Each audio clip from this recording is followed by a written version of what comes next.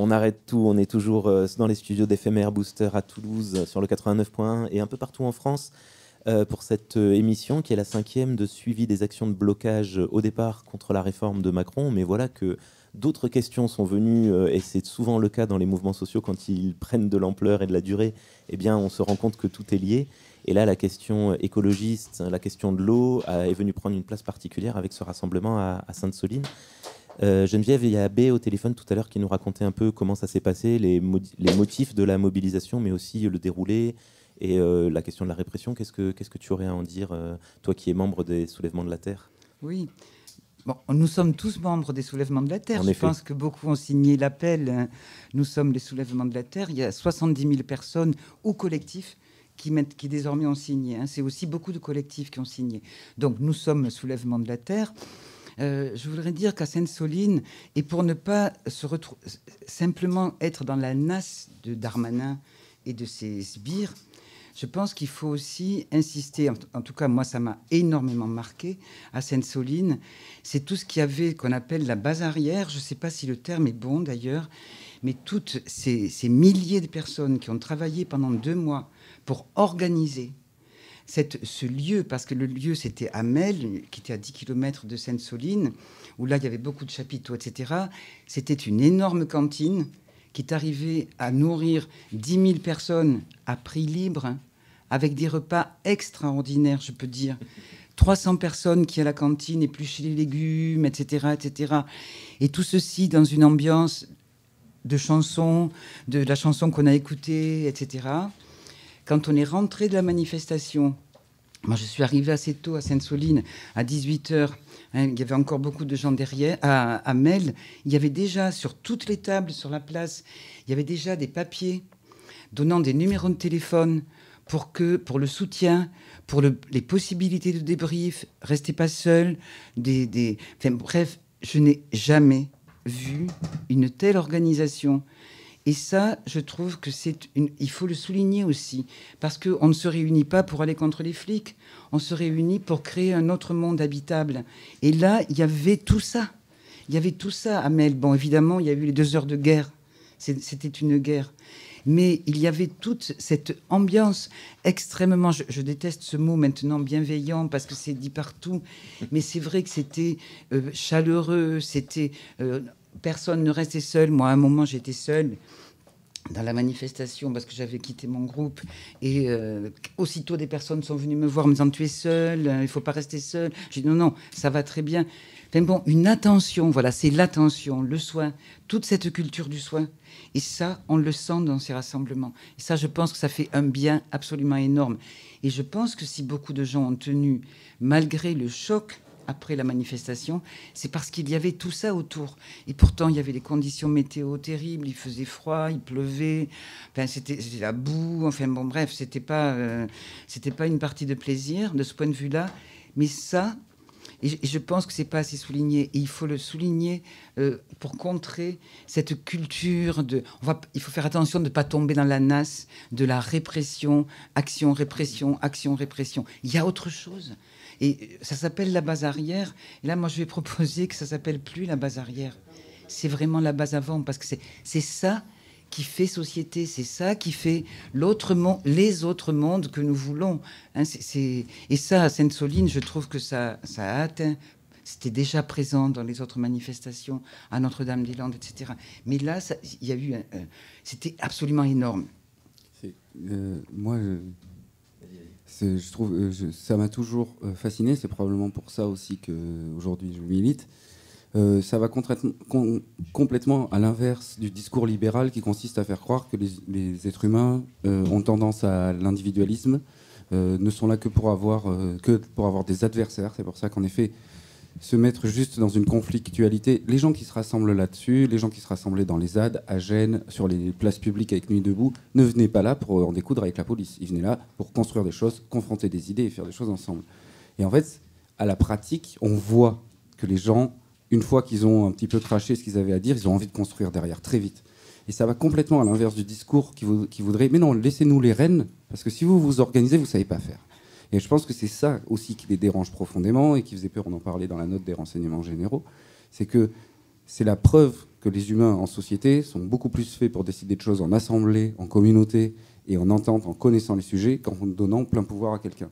Et donc, ce qu'on voit de plus en plus, parce que les gens en ont de plus en plus conscience, il y a une vingtaine d'années, quand moi j'ai commencé à militer, il y avait les 12 illuminés et les rêveurs, et puis les autres.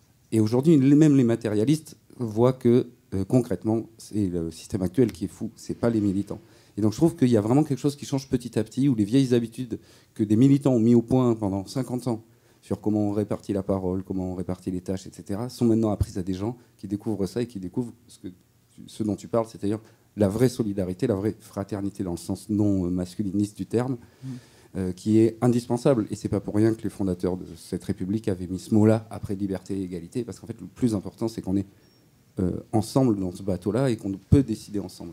J'adore les exemples des luttes écologiques, parce que c'est vraiment un truc, vraiment un très bon contre-argument à tous les arguments libéraux. Oui, je voudrais dire quand même, c'est aussi toute l'influence qu'il y a depuis plusieurs années, des luttes féministes aussi. Oui, oui. Parce que là, tout ce qui était de l'organisation dite base arrière, je n'aime pas du tout. L'Agora. L'Agora. Mais là, il y avait énormément de femmes sur le sexisme, et ça crée un climat assez incroyable, quoi, où on se sent bien, on se sent accueilli. C'est comme si on allait à la maison, finalement. Ce n'était pas le cas à Gênes. Oui. Gênes était la manifestation plus de type classique en 2001, de type classique. Alors que là, il y a en même temps la volonté de construction d'un monde qui nous ressemble, d'un monde dans lequel on a envie de vivre, dans un monde dans lequel la vie est possible, tout simplement. Oui, Gênes avait une ambiance viriliste guerrière bizarre. Exactement. Bon, c'est tout. Ce qui est questionné aussi, c'est toute la question des avant-gardes, de la délégation du pouvoir à des avant-gardes qui feraient la révolution pour d'autres. Hein, donc, c'est toute cette nouvelle culture qui, pour moi, mon soutien depuis un moment au soulèvement de la Terre, c'est ça. Hein, c'est vraiment pour ça. Et c'est pour ça, d'ailleurs, que j'ai accepté de coprésider l'association de défense des terres, qui, je dois le dire aujourd'hui, est aussi dans le collimateur de la dissolution, de la dissolution des soulèvements. Donc nous sommes 20 coprésidents. Nous avons écrit une tribune qui est parue dans Libération lundi matin, qui va être sur Mediapart, enfin maintenant qui va être un peu partout, qui est une association de 20 personnes. Enfin, c'est pas une association, c'est 20 coprésidents, coprésidentes de cette association de défense des terres, voilà, qui travaillent avec les soulèvements de la terre.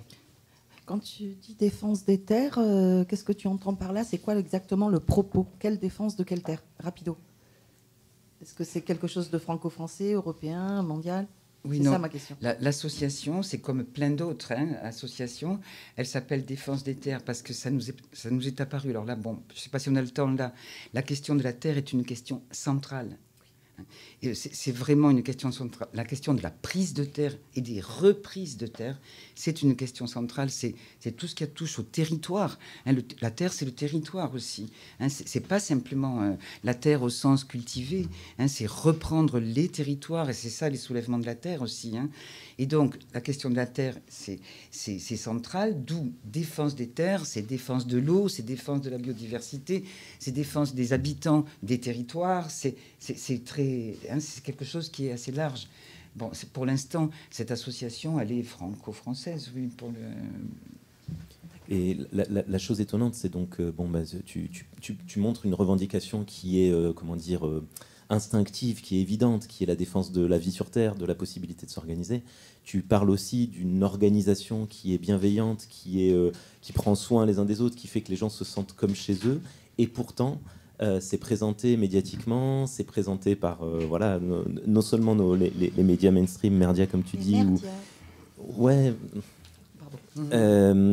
c'est présenté par Darmanin et d'autres comme un danger, comme un ennemi, comme quelque chose qu'il faut combattre, qu'il faut abattre en partie. Et j'ai l'impression que la notion clé, c'est la détermination de ce mouvement. C'est-à-dire c'est un mouvement qui porte des revendications très ouvertes, mais qui les porte de façon convaincue du fait de la nécessité de les défendre. Oui, puis là, je crois qu'ils ont raison d'avoir peur. Bon, d'abord parce que ce mouvement est important, il s'instille partout. Dissoudre les soulèvements de la terre, ça ne veut absolument rien dire. C'est comme l'eau, ça s'infiltre partout, tu peux pas l'arrêter, l'eau. Hein, c'est vraiment ce mouvement, j'aime bien l'image avec l'eau, c'est des petites rivières qui un peu partout, qui alimentent les soulèvements de la terre. Donc, mais je pense que aussi... Bon, il y a de la conflictualité, elle n'est pas nouvelle. Ils avaient déjà créé la cellule Déméter, qui était une cellule qui devait surveiller toutes les pratiques dites écoterroristes. Mais pourquoi ? Parce que là, on touche aux racines du système. C'est-à-dire que véritablement, le capitalisme, pour employer les gros mots, s'est toujours développé, a toujours accru sa domination en détruisant, c'est Rosa Luxembourg, elle le disait très très bien, en détruisant toute la capacité même de subsistance des sociétés. Et c'est quand on détruit les capacités de subsistance des gens qui sont obligés de s'en remettre au marché, de s'en remettre à la technique, de s'en remettre à la marchandise. Et donc là, c'est une nouvelle phase d'accumulation, une nouvelle phase d'expropriation des communs. Quelqu'un en parlait tout à l'heure. Hein, c'est peut-être une phase, je dirais, ultime, parce que là, on touche à la vie. Hein, c'est pas simplement... Mais donc, destruction des capacités de subsistance. Et j'ai bien aimé tout à l'heure, tu évoquais la question matérialiste, matérielle. On prend conscience, et ça, on a cru pendant très, très longtemps, que être libre, c'était s'émanciper des conditions matérielles d'existence, de la nécessité, etc., atteindre le royaume de la liberté, blablabla, tout ce qu'on pouvait dire dans le courant progressiste. Et donc, l'émancipation, c'était justement s'émanciper de ces conditions matérielles, grâce à la technique, grâce à tout ce qu'on veut, à l'industrie. Aujourd'hui, ces conditions matérielles, elles nous claquent à la figure. Aujourd'hui, dans nos pays super développés, quel problème on a ? On a un problème d'eau. On a cru pendant longtemps que c'était que l'Afrique, un des sous-développés, entre guillemets, qui connaissait ces problèmes. On a des problèmes d'approvisionnement en énergie. 8 millions de personnes qui sont en précarité énergétique. Ça, c'était aussi le tiers-monde, hein, on disait à l'époque. Aujourd'hui, ça nous claque à la figure. C'est-à-dire qu'on revient à l'essentiel. On revient à l'essentiel, c'est-à-dire comment pouvons-nous vivre ? Et ça, c'est profondément politique. C'est pour ça que Défense des terres, c'est politique profondément. Parce que ça touche à la matérialité essentielle de la vie. C'est les semences qui ont été privatisées. Enfin, c'est tout. Et ça, je crois qu'aujourd'hui, c'est pas simplement théorique, c'est vécu. La peur de ne pas avoir de l'eau. Il y a 300 villages en France qui sont approvisionnés à l'eau potable par des citernes, qui n'ont plus accès dès maintenant, dès aujourd'hui. C'est aussi des nappes phréatiques qui sont complètement à plat. Bon, on l'a dit tout à l'heure. Bon, j'ai appris justement à Mel, à Sainte-Soline, des groupes qu'il y avait de Grenoble. J'ignorais ce côté-là. On est en train de relocaliser la production de puces électroniques pour la dépendance par rapport à la Chine, la Corée, bon, etc. C'est quelque chose qui demande énormément d'eau, mais pas n'importe quelle eau. Il faut de l'eau extrêmement pure. Donc là, les forages, c'est pas simplement la première nappe phréatique, c'est la nappe fossile qui met longtemps, qui est très pure, mais qui met longtemps à se régénérer, qui est forée. Ceci pour illustrer qu'on touche au cœur du système. Pour continuer à produire leurs puces électroniques, tout ce qu'on veut, il faut détruire la vie. Et donc, c'est ça qui... Et je pense que voilà, ceci est ressenti aujourd'hui. C'est clair. Et alors, même s'il ne faut pas se laisser enfermer dans la nasse dont tu parlais, la nasse idéologique de Darmanin, on est obligé de constater que la réaction du pouvoir, elle est d'une radicalité, d'une terreur. C'est disproportionné, oui. C'est non seulement disproportionné, mais vraiment flippant sur qu'est-ce que ça dit de la société dans laquelle on va être dorénavant. Avec la guerre dont vous avez parlé, avec la répression qui suit aussi, c'est-à-dire dissolution, mais aussi toute la manipulation médiatique qu'il y a autour, notamment des blessés et des blessés graves. Et on va parler du cas de Serge, notamment, qui est présenté comme si c'était le danger public numéro 1, alors qu'il se battait pour défendre ses causes communes. On va écouter un son issu de la manifestation qui a eu lieu en soutien aux personnes réprimées, aux personnes blessées, qui étaient donc partout en France, mais notamment à Toulouse la semaine dernière. Qui a été violentement blessé suite à la manifestation à Sainte-Soline. Et vous ne le savez peut-être pas, mais il est accompagnateur en moyenne montagne, donc tous les accompagnateurs qui l'ont côtoyé souhaitaient lui transmettre un message que je vais lire. Nous voulons apporter par cette lettre notre soutien à notre ami et collègue Serge Duteuil-Graziani, ainsi qu'à ses proches dans témoigner, nous, acteurs professionnels de la montagne, de l'amour que Serge porte à sa terre et à son métier, mais aussi de notre admiration pour son humanisme, son humilité et son engagement.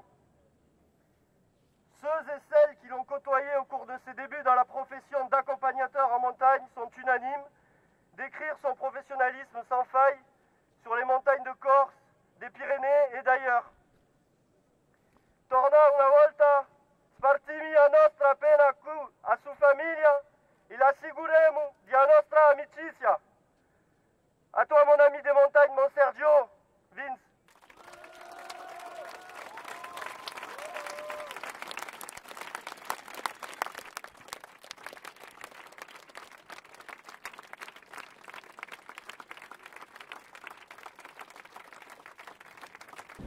Serge, victime de violences policières, actuellement dans le coma, et un de nos coéquipiers de l'Asmala, équipe amateur de futsal. C'est l'un des joueurs les plus humbles, respectueux et gentils que j'ai pu rencontrer. Jamais un mot plus haut que l'autre, jamais d'attitude violente ou provocatrice. Toujours prêt à filer un coup de main et à faire preuve d'altruisme. C'est un plaisir et un honneur de jouer à ses côtés. Vous ne nous mentirez pas sur qui est Serge. L'ensemble de l'Asmala est profondément choqué par les événements et réclame que justice soit faite pour notre ami et coéquipier.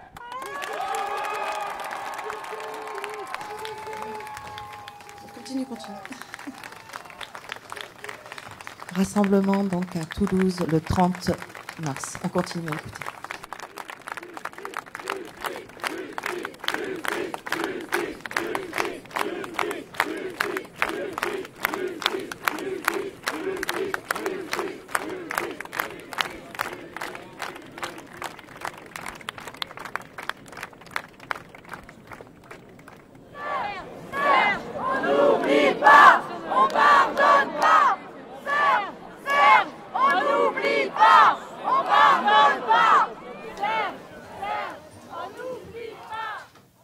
Serge, on n'oublie pas, on pardonne pas. Ça fait référence à Serge, qui est une des deux personnes qui sont encore aujourd'hui malheureusement entre la vie et la mort, un des deux blessés les plus graves de cette manifestation à Sainte-Soline.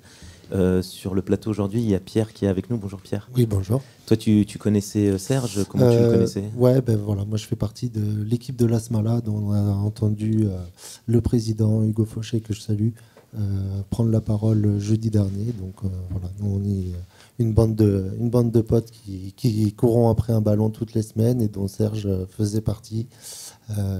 Et quand tu entends Darmanin dire oui, mais il était fiché S, sous-entendu presque. Moi, je l'ai découvert tout son bagage militant dans la presse, etc. Parce que moi, ça fait 4 ans que je connais Serge, mais voilà, on parlait football, on parlait apéro. Voilà, c'est quelqu'un de très calme, qui parlait pas de ses convictions, ou en tout cas pas avec nous, qui était voilà, il est amoureux de la nature, il est guide de haute montagne, il est passionné par la nature, et voilà, nous on avait pour projet de partir cet été. Voilà, il voulait nous emmener toute l'équipe en montagne. Voilà, c'est quelqu'un de très dangereux.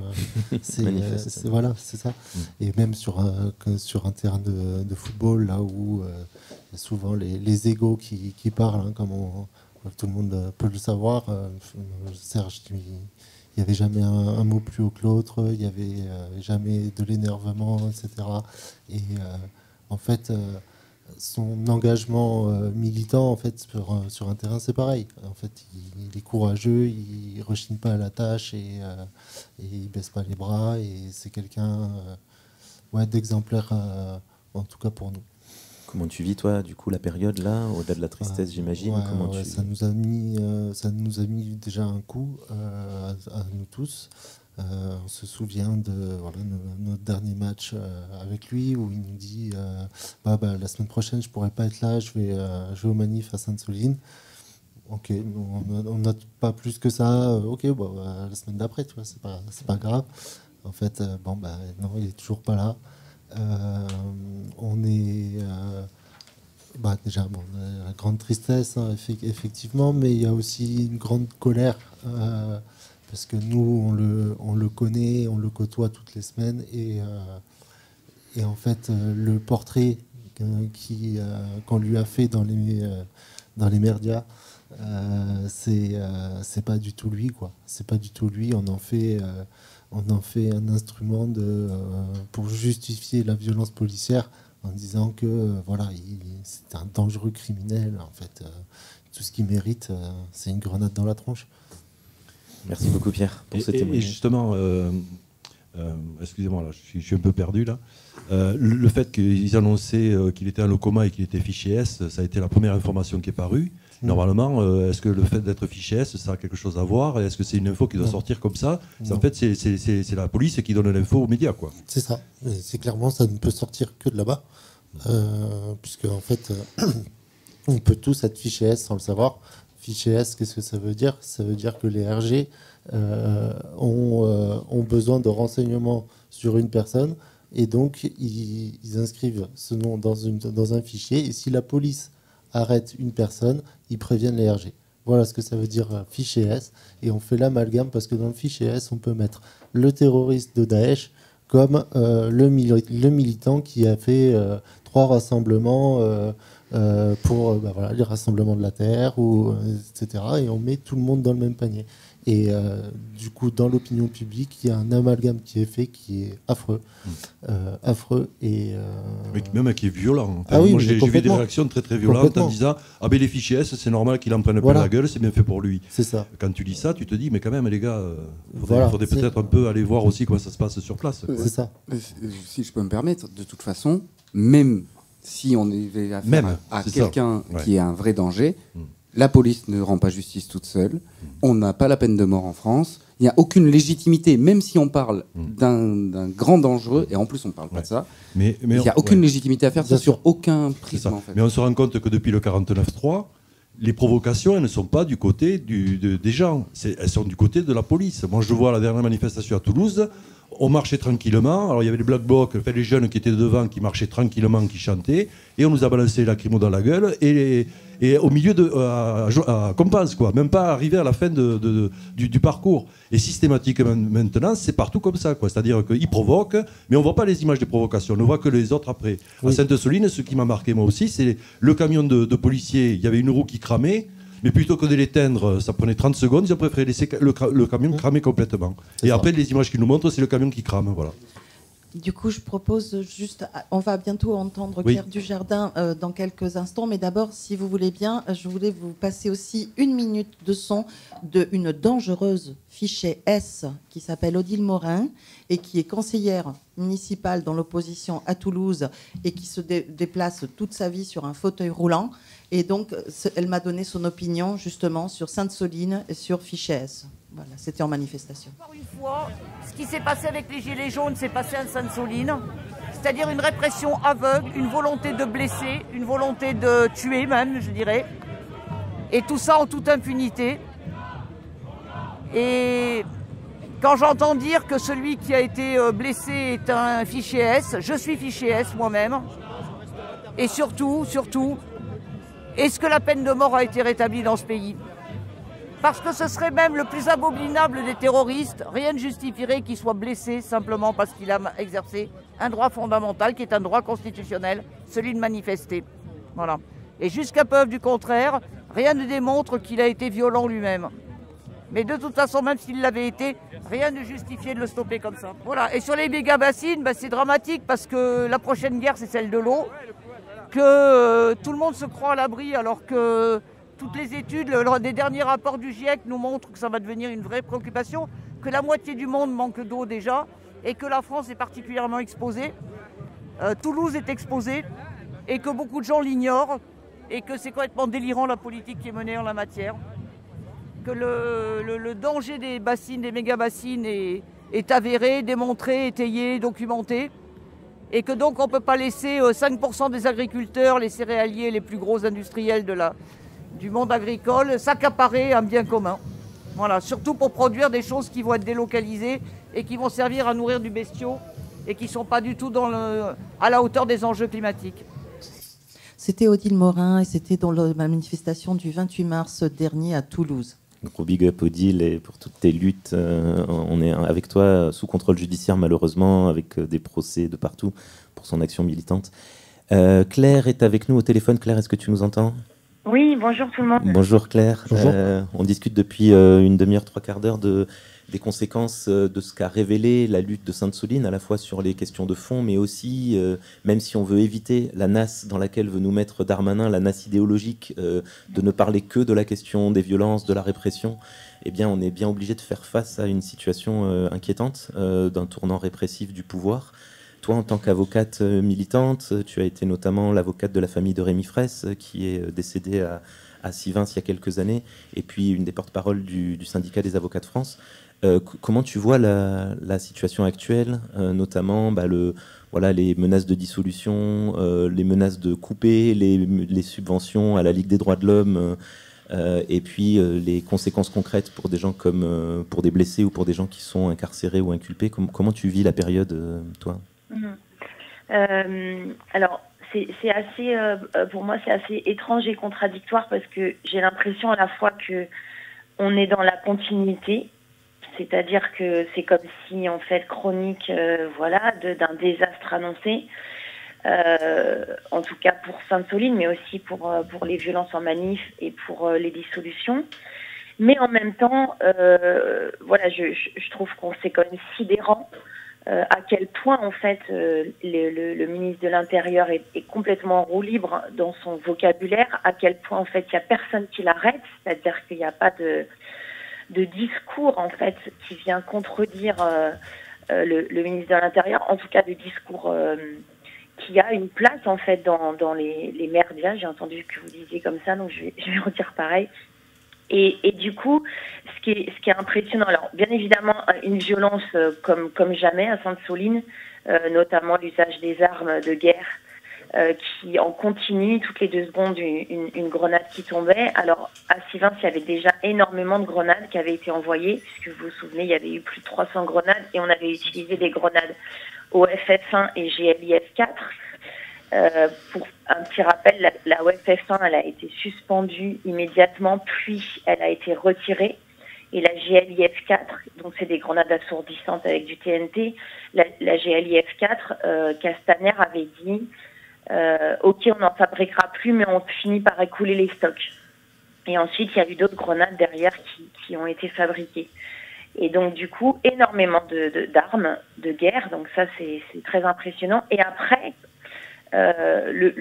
l'utilisation d'un discours de guerre, en fait, parce que Darmanin n'arrête pas, en fait, de jouer avec les mots et d'utiliser un discours en parlant de guérilla, en parlant de terroristes, en remettant sur le tapis ces histoires d'ultra-gauche, alors que, voilà, c'est toujours la même chose, en fait, c'est toujours le même discours. En criminalisant bien évidemment la victime, ça avait déjà été le cas, c'est toujours le cas en fait, ça avait déjà été le cas pour Rémi.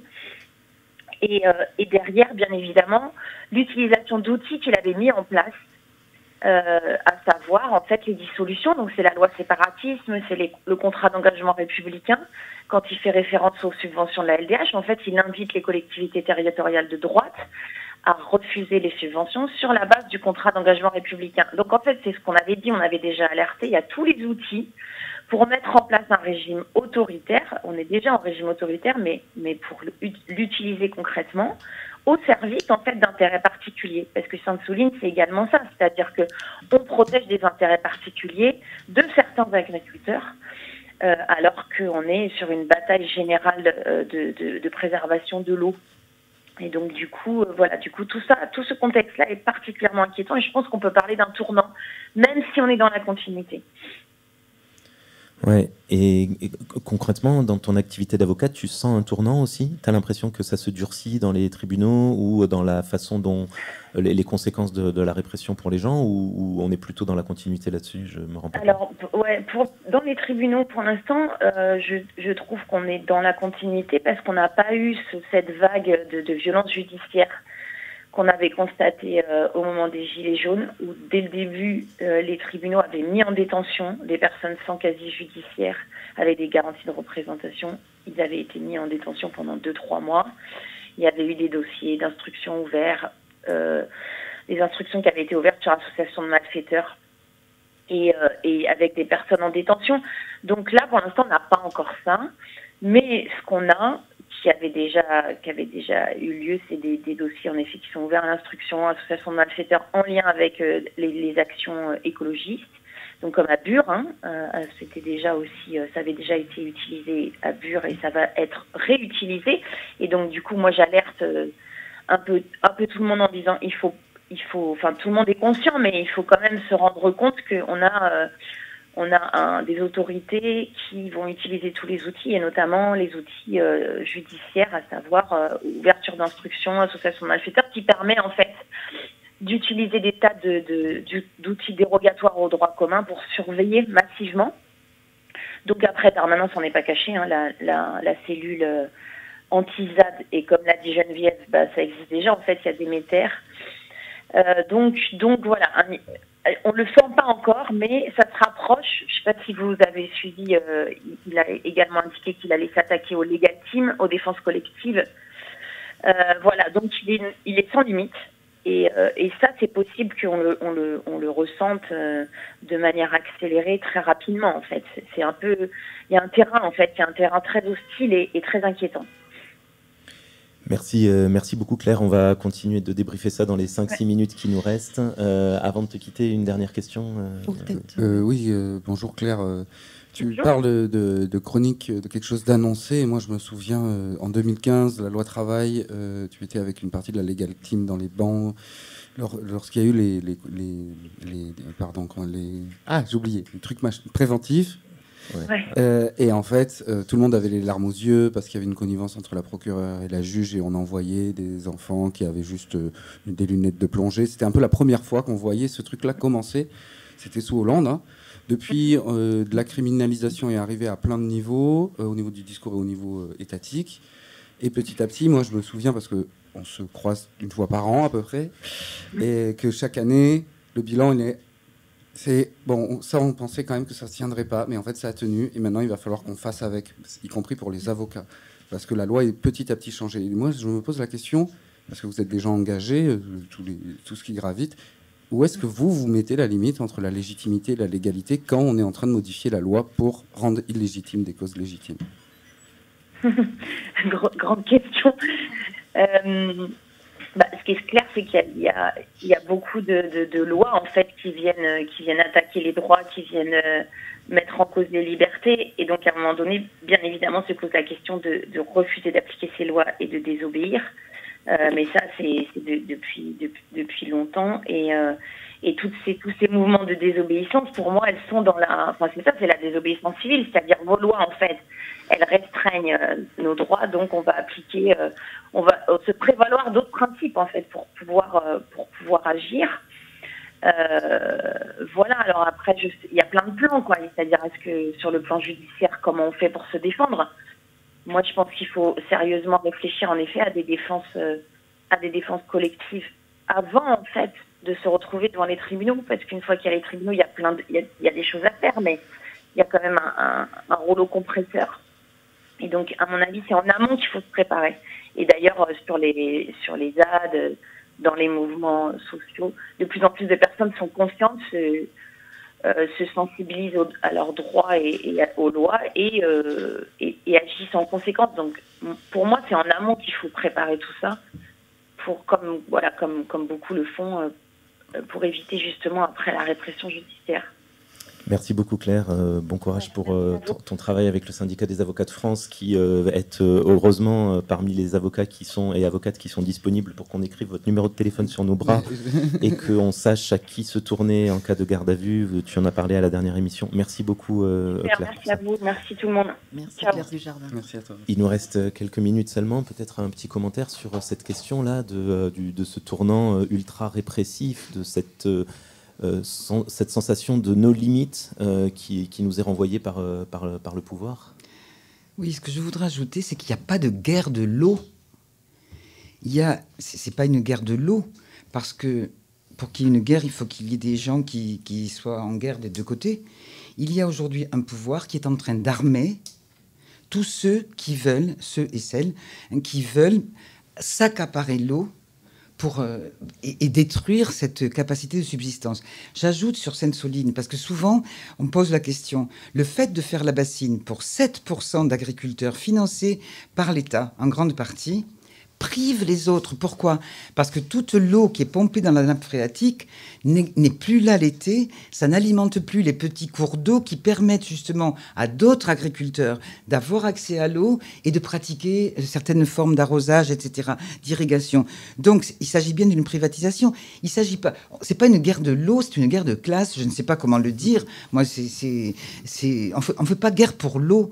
On se bat aujourd'hui contre des minorités qui ont décidé que contre tous les avis scientifiques, etc., là, ça ressemble à Trump.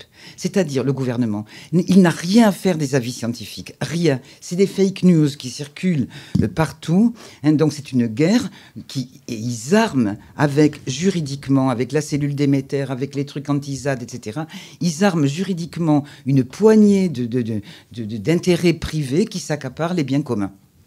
Oui, moi, c'est exactement ce dont on en a parlé plusieurs fois, donc c'est une jolie façon, on en a même parlé un petit peu hors ligne. Le point commun, c'est ce pillage organisé des biens communs, que ce soit les biens communs qu'on a mis en place, comme la retraite, la sécu, etc., comme les biens communs naturels de la nature, de l'air, de l'eau, etc. Et c'est ce pillage qui avant se faisait en discrétion, qui a été remarqué, de plus en plus remarqué, qui maintenant, je suis d'accord avec toi, c'est une lutte. Et quand tout à l'heure, on disait aussi ces grands projets inutiles ne sont pas inutiles à tout le monde. Il y a des gens à qui ça profite, et ces gens-là ont des intérêts, et ces intérêts-là sont défendus. On n'est pas dans une guerre de gens qui s'affrontent pour le plaisir, c'est une captation de nos communs, c'est un pillage de nos biens communs à nous. Et comme on le dit dans une fameuse chanson, rien n'est à eux, tout est à nous, et ceux qui les ont, ils l'ont volé. C'est ça, et en plus, c'est le discours des politiques de dire que ce n'est que des gens qui veulent se battre avec la police. Non, ce n'est que des gens qui veulent se battre pour le vivant, en fait. Il faut sortir du discours guerrier. C'est ça. C'est des gens qui veulent s'organiser souvent. Oui, bien sûr, mais de dire qu'ils viennent juste, n'importe qui vient pour en fait taper du flic, c'est ultra réducteur et ça fait oublier en fait le mot d'ordre d'origine.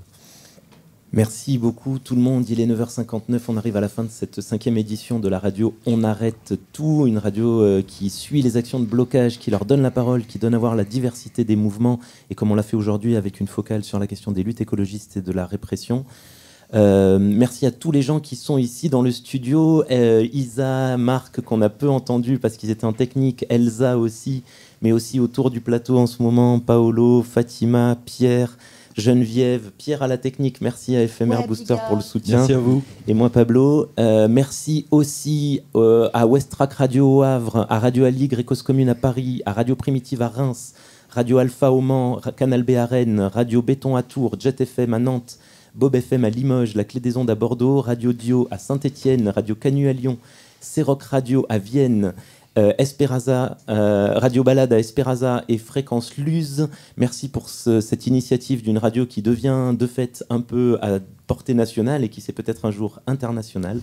Cette émission, comme toujours, est reconductible. On ne sait pas quand elle sera reconduite, mais elle le sera certainement. Restez connectés aux réseaux sociaux pour le savoir, onarrête-tout-toulouse.fr et les différents comptes Twitter, Telegram, Facebook, on arrête tout. Et il y a même une télé locale qui est avec nous, TV Bruit, qui est en train de faire une captation de tout ce qu'on est en train de raconter. Et je suppose que vous pourrez aller voir sur tvbruit.org, donc pour prolonger le plaisir de cette émission. Dans quelques semaines, voire quelques mois. Hein. Mais par contre, l'émission sera en podcast sur onarrête-tout-toulouse.fr. Vous pourrez la retrouver comme les 4 précédentes éditions. Il est 10h01, on ne va pas prendre l'antenne des autres radios trop longtemps. Merci beaucoup tout le monde, bravo pour cette émission et à la prochaine. Et toutes.